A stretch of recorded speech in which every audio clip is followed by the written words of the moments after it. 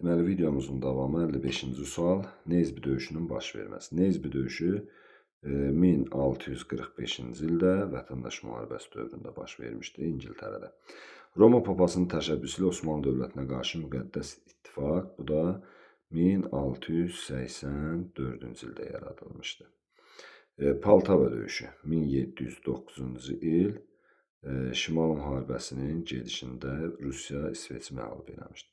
George Washington da prezident seçilmişdi 1789-cu ildə. Deməli, düzgün cavab olacaq 1, 2, 3, 4. Belə ardıcılıqla özləri veriblər. 1, 2, 3, 4.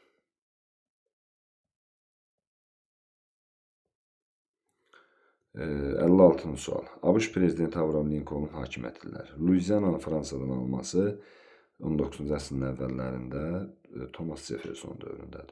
Vətəndaş müharibəsinin baş verməsi 1861-65, biri budur. Hakimiyyəti illərinin xalqlar həbsxanası, bu Rusiya tarixinə aid ifadədir. ABŞ-da köləliyin ləğv edilməsi 1863-də, Latin Amerikası ölkələrinə qarşı böyük dəyənək siyasəti isə Rooseveltin dövrünə aid. Düzgün cavab 2, 4. Uyğunluq. Jutlandiya dəniz döyüş tərəflər üstünlük qazana bilməməsi. Deməli, bu 1916-cı ildə baş verir.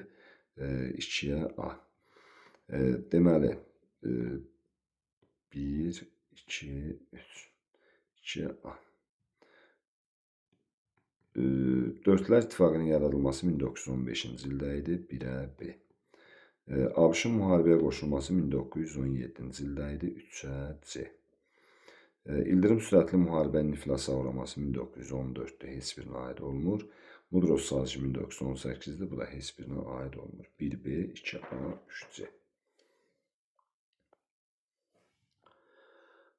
Deməli, Qacarın dəstəsi Şuşanı mühasirəyə alarkən 2-ci İraqli Gəncəyə hücuma keçmişdi və görünür, Şuşa mühasirəsinin belə tezliklə götürülməsinə və Tiflis üzərinə hücumunu bunun da müəyyən təsiri olmuşdu. Gəncə xan Cavad xan Ziyadoğlunun Ağa Məhəmmədə fəal köməklik göstərməsi də müəyyən dərəcədə Gəncə üzərinə talançı basqınların müqabilində 2-ci İraqlidən heyif çıxmaq məqsədi güdürdü.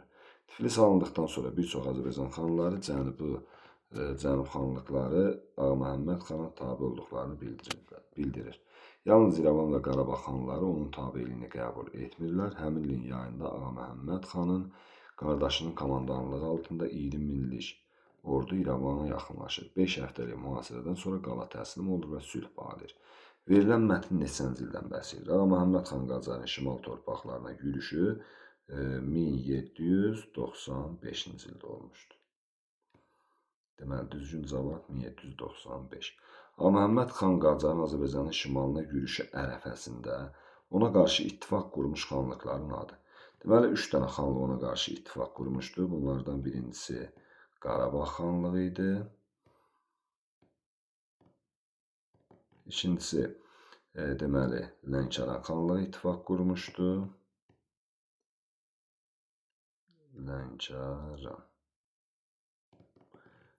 Üçüncüsü isə İrəvan xanlığı idi ki, ona qarşı ittifaq qurmuşdular. Ağa Məhəmməd xan Qacarın şimala ilk yürüşünün ümumi nəticələrini qeyd edin. Ümumi nəticələr isə Ağa Məhəmməd xan Qacar ilk yürüşü nəticəsində Azərbaycanın bir sıra şimal xanlıqları onun hakimiyyətini qəbul etdi. Ümumilikdə isə Azərbaycanın şimal xanlıqlarını tam olaraq tabe eləyə bilmədi.